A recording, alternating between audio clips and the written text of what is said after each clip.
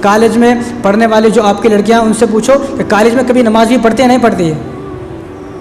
कभी नमाज पढ़े? कॉलेज में नमाज पढ़ने को टाइम ही नहीं है, कोई उनको बोलते भी नहीं नमाज़ पढ़ो, इसलिए उनको नमाज के फ़राइज़, नमाज के वाजिबात और नमाज क्या कुछ भी नहीं मालूम है। और कोई सी ऐसी फ़िल्म नहीं है जो कॉलेज की लड़की लड़के ने ना देखी हो। जो फिल्म आती है सबसे पहले कॉलेज के लड़के लड़के फिल्म देखने पहुंच जाते हैं सबसे पहले।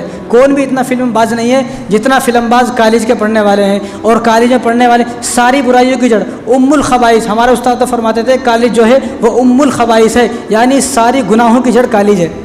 आप कभी अपनी बेटी के पीछे करके देखें तो मालूम होगा कि उस शराब की आदी हो चुकी है, जिना की आदी हो चुकी है, जब तक 2-4 लड़कों से मिलते नहीं तो उसका जो है दिल नहीं भरता है। सिगरेट की आदी, बीड़ी की आदी, मैंने खुद देखा है कि मुस्लिम लड़की बुरखे में रहकर सिगरेट पी रही है, आपने भी देखा होगा, कोई बात छुपी हुई नहीं है। तो सारे गुनाहों की जड़ ये कॉलेज है। लेकिन पढ़ाना किस तरह है? उसमें पढ़ाना है जहाँ खाली लड़कियाँ पढ़ती हों, वहाँ पढ़ाएं। पढ़ाना मना नहीं है, पढ़ा सकते हैं, लेकिन पढ़ाई ज़रूरी है पर्दे के साथ, पढ़ाई ज़रूरी है पर्दे के बाद।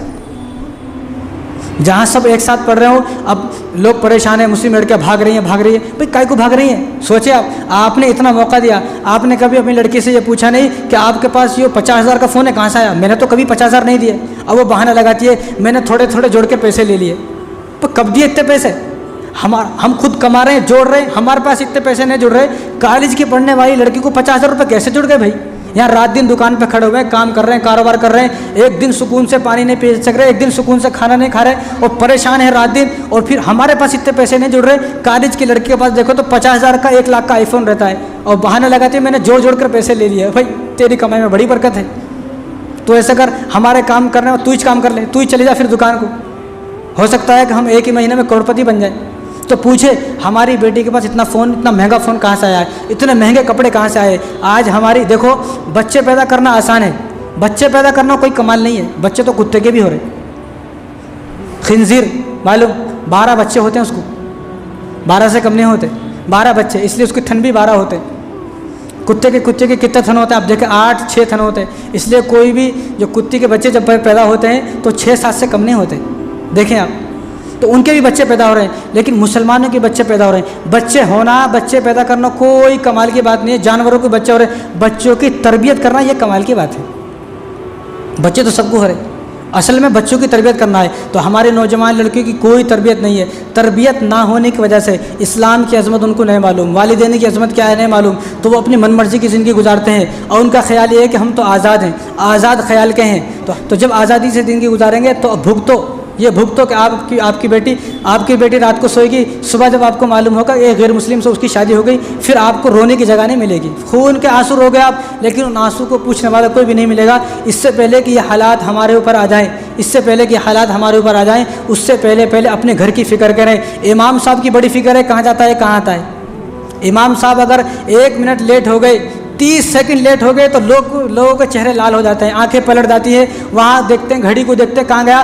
2-4 आदमी तो हमारे को बोल भी देते, हो गया ना टाइम, कहाँ थे अब तक? अब भाई 30 सेकंड लेट आए ना, 1 मिनट लेट आए तो क्या हुआ? 1 मिनट लेट आए तो कोई अजाब आ गया? भाई नमाज का टाइम जो है ना, नमाज का टाइम तो बहुत देर तक रहता है। ये हमने तय कर दिया है कि भाई नमाज जब होगी, अब 1:30 बजे नमाज है तो तय कर दिया भाई 1:30 बजे होगी, तो 1:30 बजे टाइम तो ख़त्म नहीं हो रहा ना। 1:30 बजे टाइम, 1:30 बजे तो नमाज का टाइम शुरू है, ख़त्म तो नहीं हो रहा। तो जितनी नज़र इमाम पर है उतनी नज़र अपने नौजवान लड़के और लड़कियों पर रखो। इमाम अगर भाग गया तो कोई आपसे पूछेगा नहीं, ना आपको जलील करेगा कोई, ना आपको कोई रुस्वा करेगा, ना आपको कोई गाली देगा। लेकिन आपकी जवान लड़की अगर भाग गई तो आप खून के आंसू रोगे तो उन आंसू को पूछने वाला भी आपको कोई नहीं मिलेगा। इसलिए दूसरों को छोड़े, मेरा पड़ोसी क्या कर रहा, महल्ले वाला क्या कर रहा, बस्ती वाला क्या कर रहा, छोड़े। आप पहले अपने घर पर नज़र रखें, मेरे घर में जो जवान लड़के और लड़कियां हैं कहीं वो गलत लाइन पे तो नहीं चल रहे, उनकी खबर लें। कॉलेजों में जाकर अपनी लड़कियों के बारे में पूछे कि ये कितने दिन महीने में पढ़ने आती है।